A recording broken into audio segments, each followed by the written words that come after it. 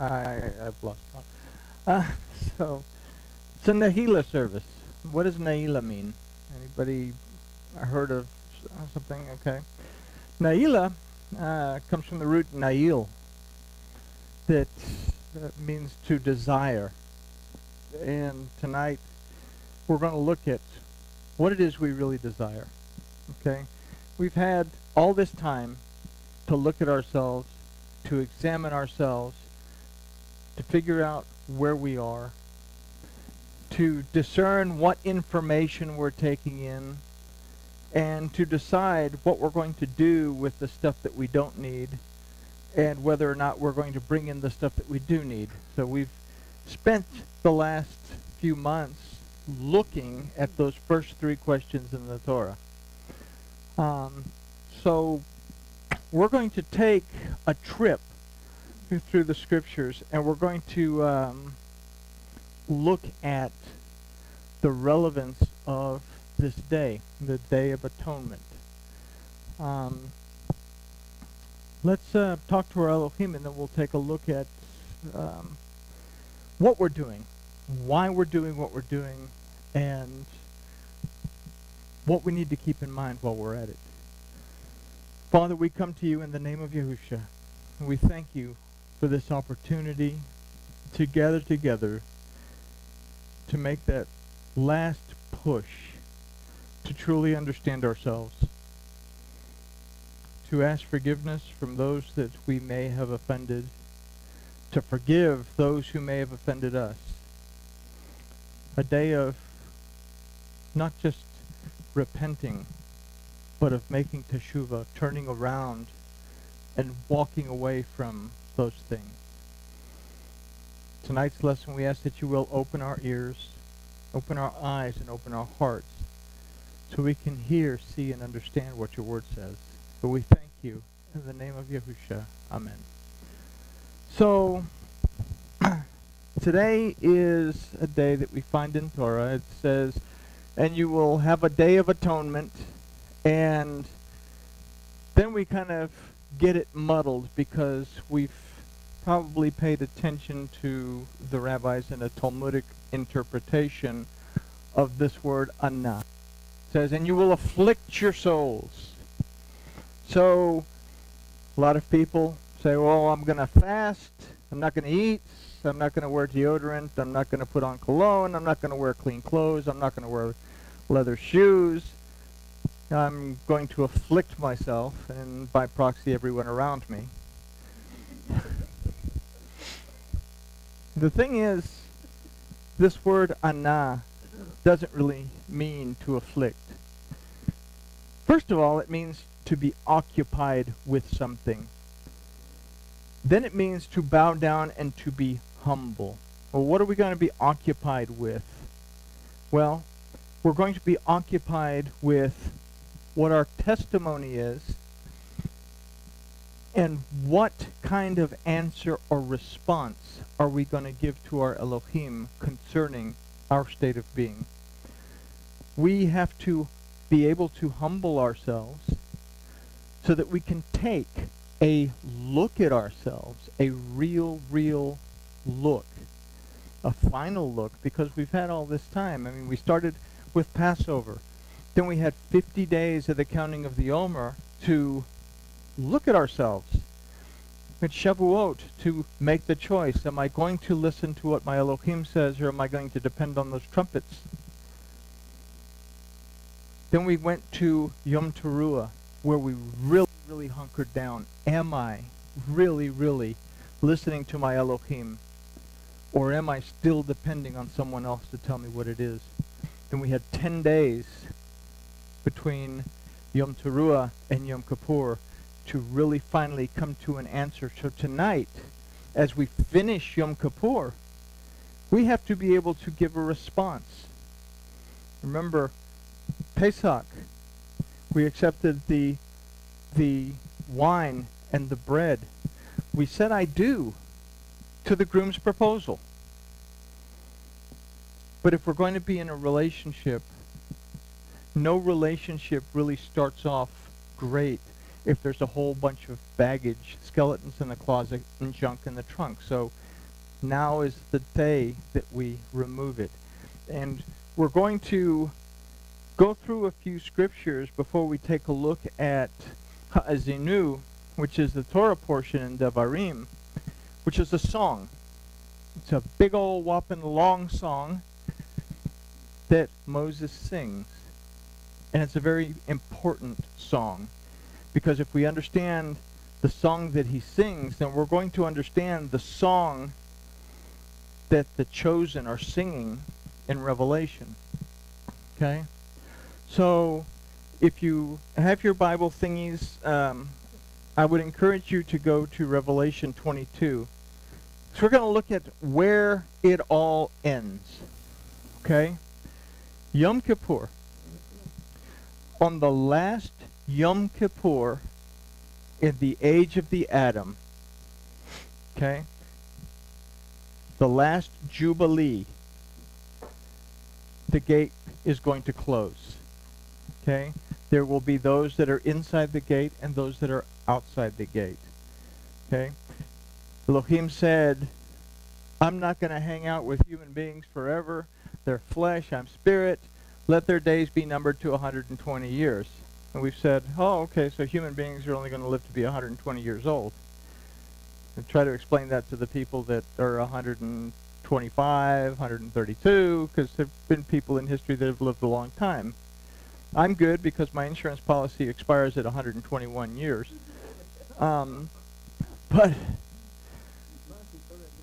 But it actually is talking about 120 jubilees, 120 50-year cycles, 6,000 years of the Adam.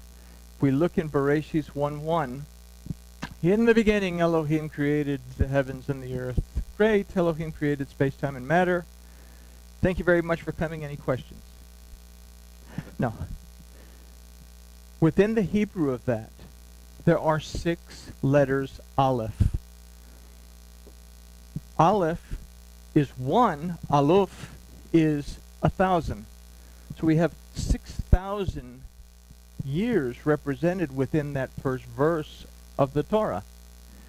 In the word Bereshit, we have an enlarged Beit. We say, well, that was just the way they wrote it.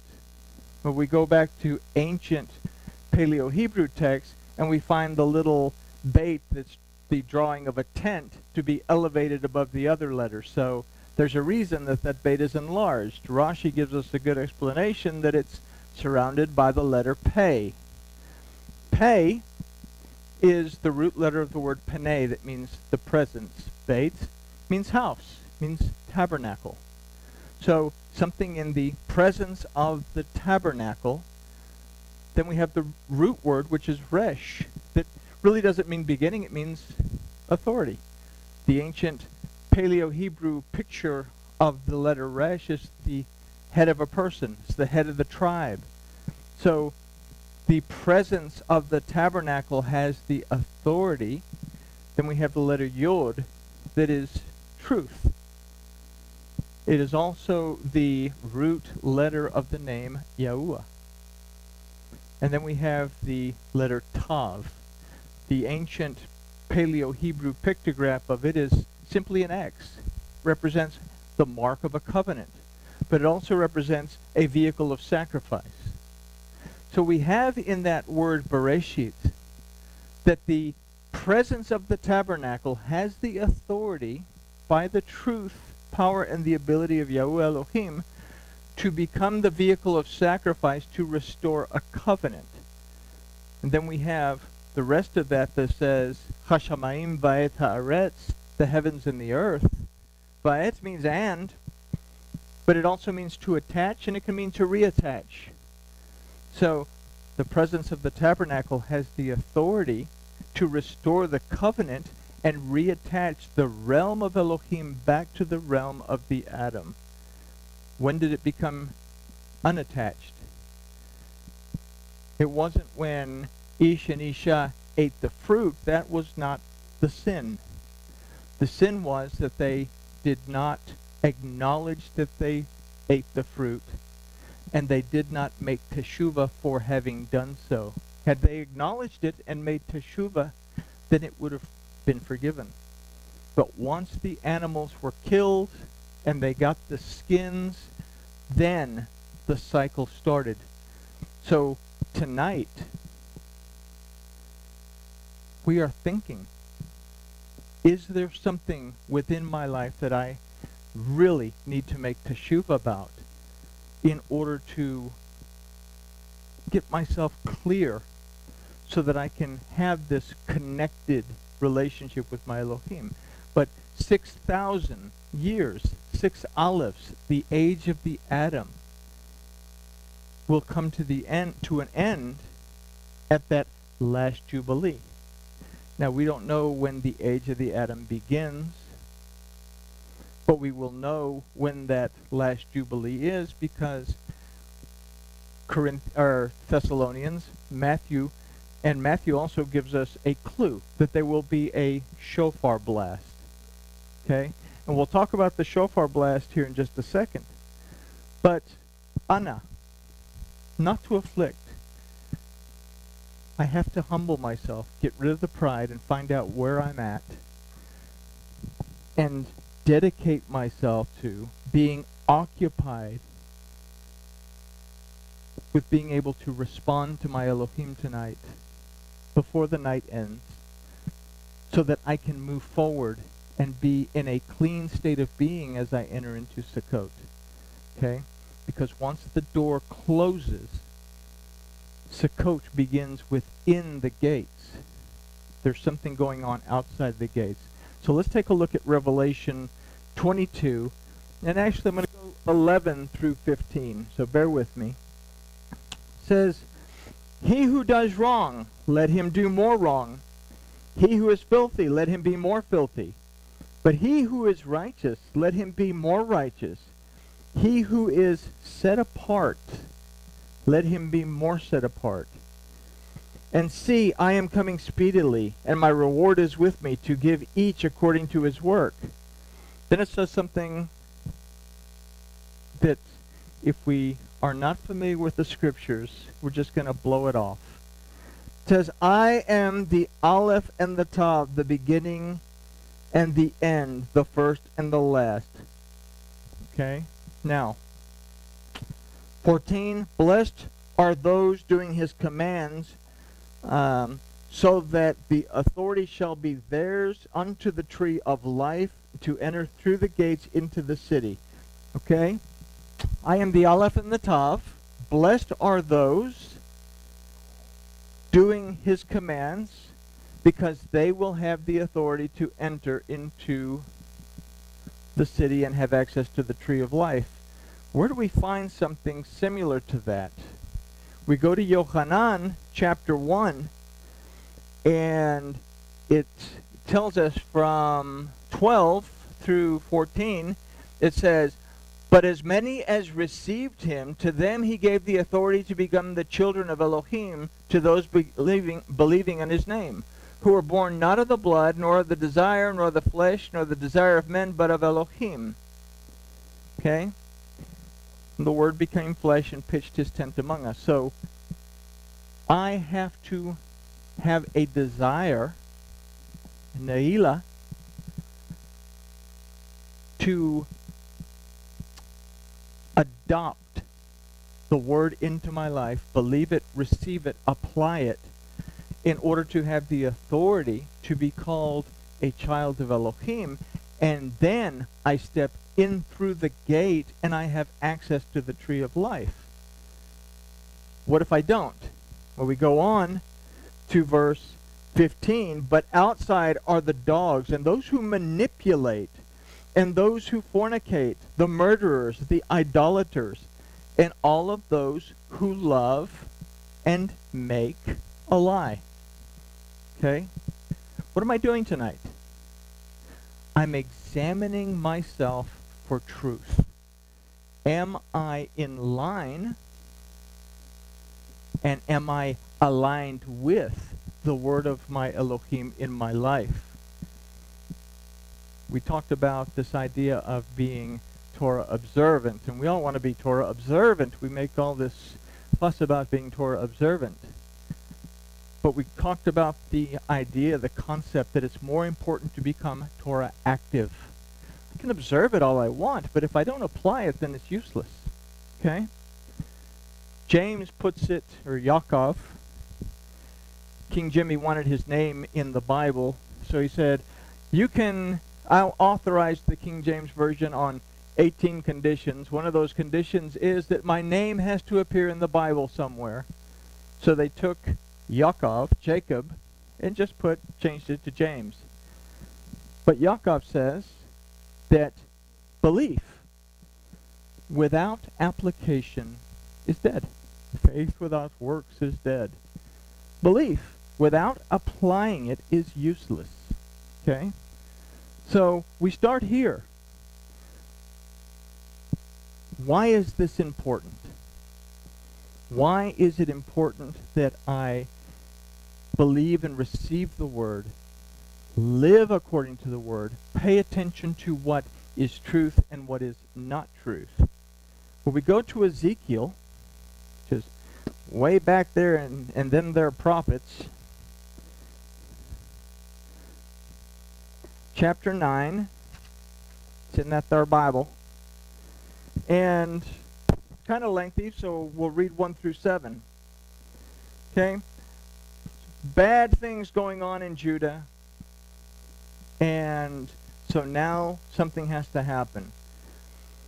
And he called out in my hearing with a loud voice, saying, Let the punishers of the city draw near, each with his weapon of destruction in his hand. And look, 6 men came from the direction of the upper gate, which faces north, each with his battle axe in his hand, and one in their midst was clothed with linen, and had a writer's inkhorn at his side. And they came in and stood beside the bronze altar. And the esteem of Elohim of Israel went up from the cherubim, where it had been, to the threshold of the house. And he called to the man clothed with linen, who had the writer's inkhorn in his side.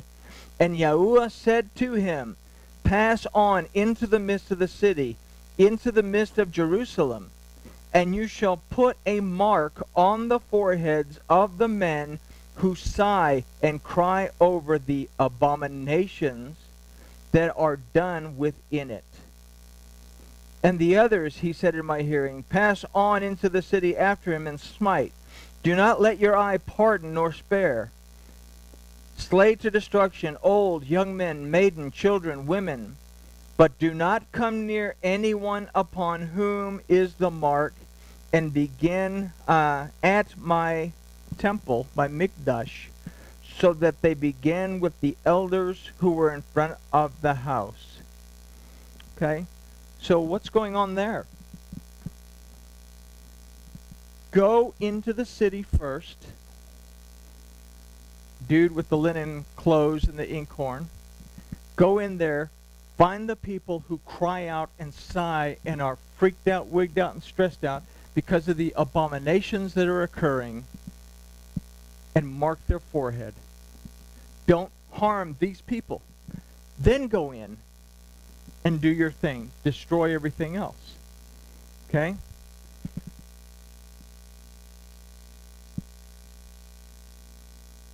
Why is Yom Kippur so important?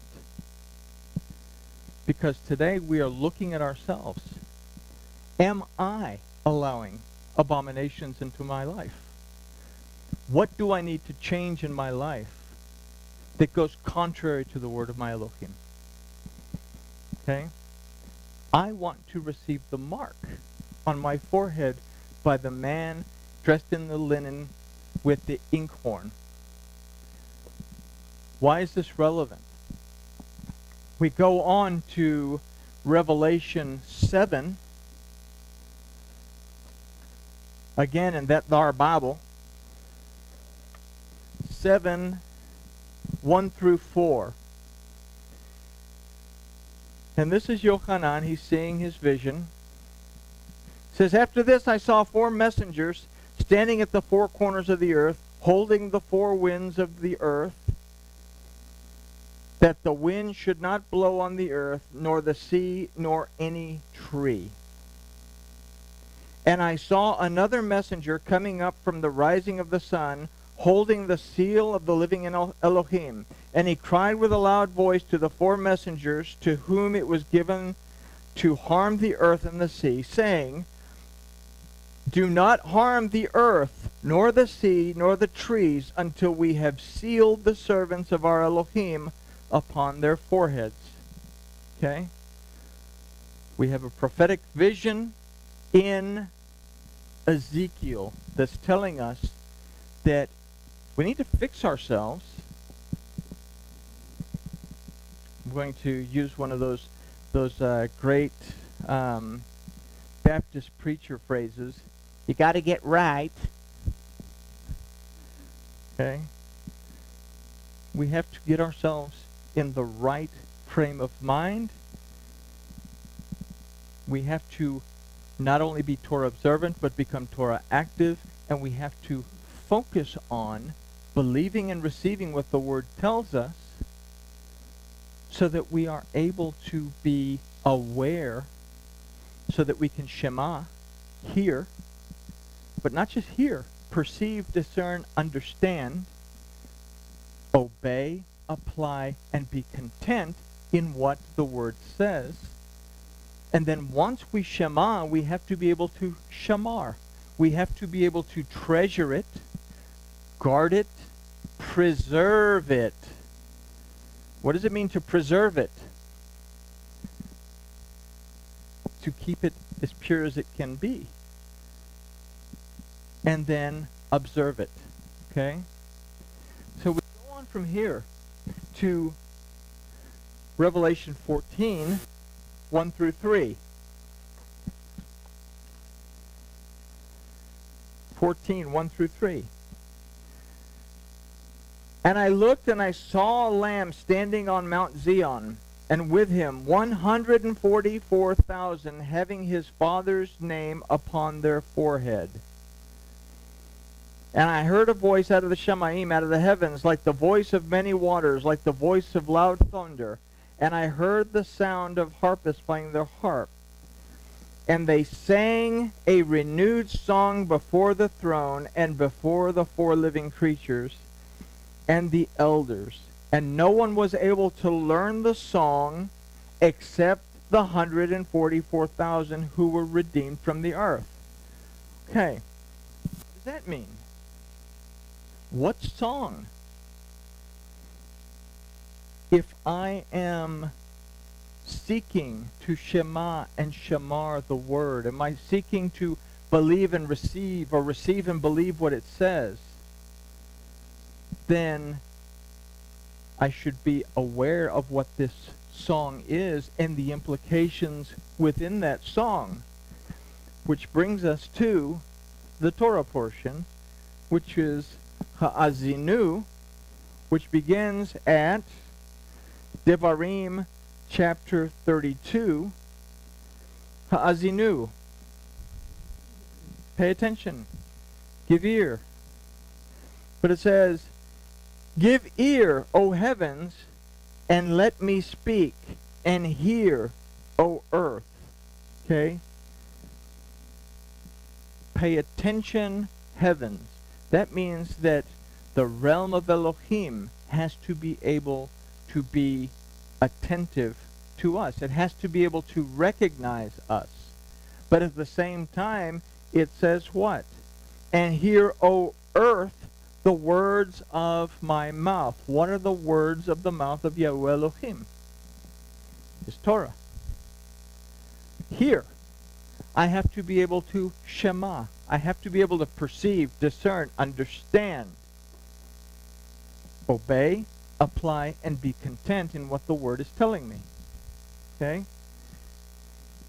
But this is a song that Moses sings, and within this song is everything that basically we need to know about what to avoid and what not to avoid.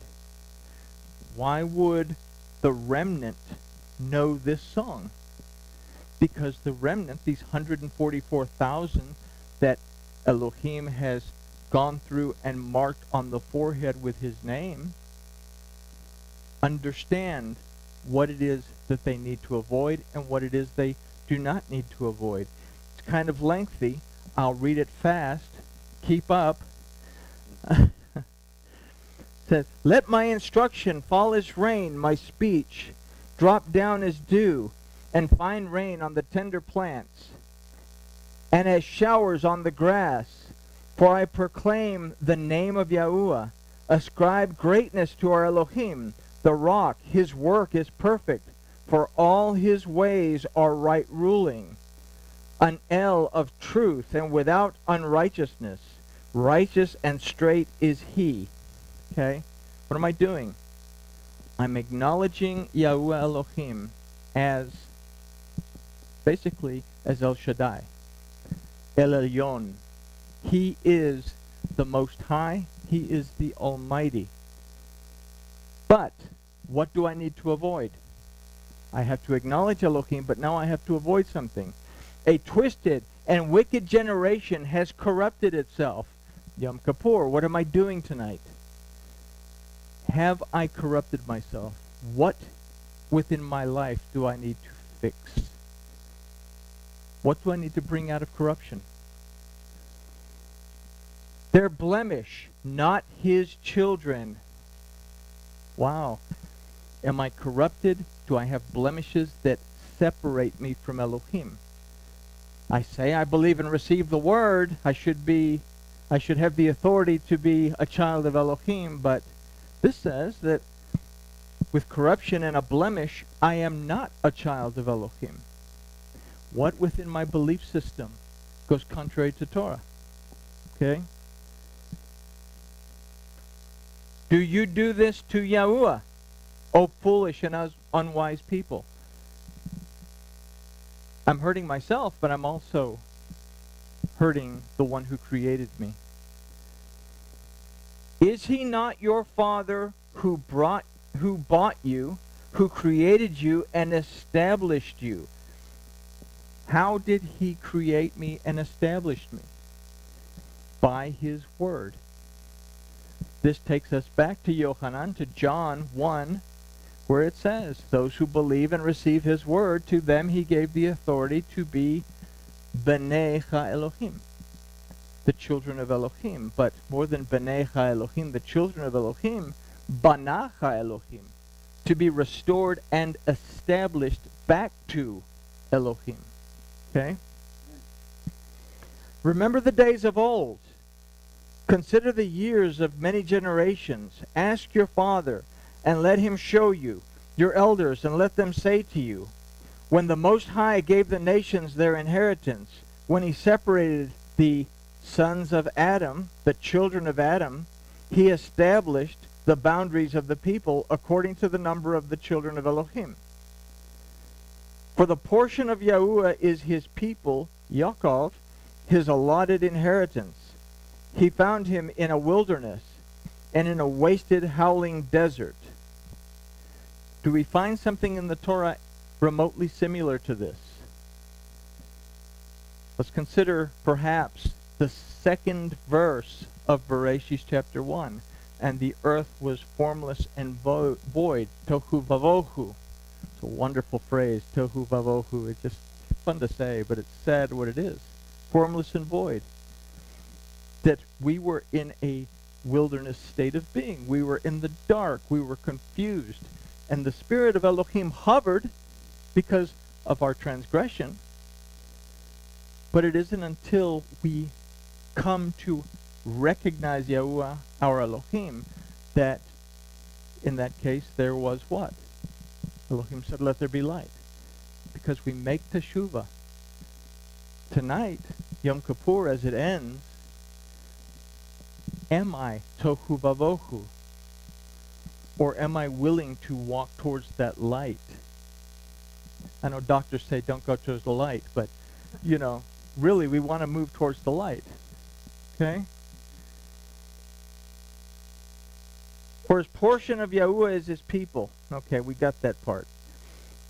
And in a wasted, howling desert, he encompassed him. He made him understand. He watched over him as the apple of his eye.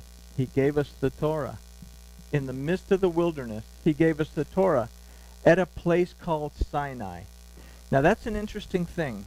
Sinai is a word that means thorns and thistles.